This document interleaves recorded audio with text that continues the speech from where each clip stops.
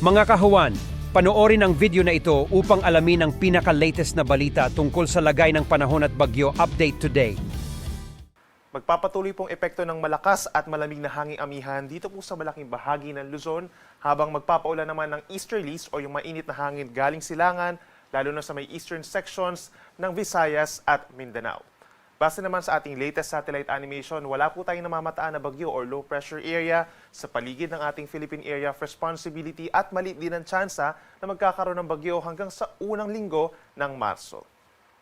Sa ngayon po, wala tayong nakataas na gale warning or babala sa matataas na mga alon. Even in the coming days, aasahan sa malaking bahagi ng Luzon ang banayad hanggang katamtaman na taas sa mga pag-alon, gayon din sa may western and central sections of Visayas and Mindanao.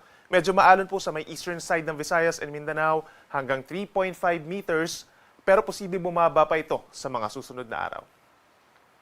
At para naman sa ating 4-day weather forecast, sa huling araw po ng Pebrero, aasahan pa rin ang mga mataas na tsansa ng ulan sa may Caraga region and Davao region, dulot po ng easterlies. Make sure po na meron pa rin dalampayong at mag-ingat pa rin sa mga banta ng baha at landslides. Ang natitirang bahagi ng bansa, bahagyang maulap hanggang maulap ang kalangitan bukas at sasamahan lamang po ng may hinang ulan lalo na sa may eastern sides ng Luzon. Isolated rain showers naman over the rest of Visayas and the rest of Mindanao.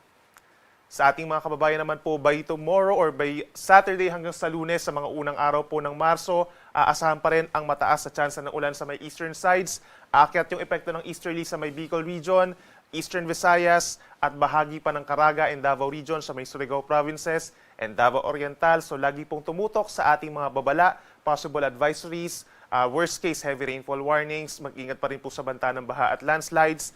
Ang natitirang bahagi ng bansa, aasahan ang epekto ng easterlies o yung mainit na hangin kaya aasahan yung maalinsangan na panahon lalo na sa tanghali sa malaking bahagi ng Luzon, Visayas and even the rest of Mindanao. So make sure po na meron pananggalang sa init at laging tumutok sa ating mga babala.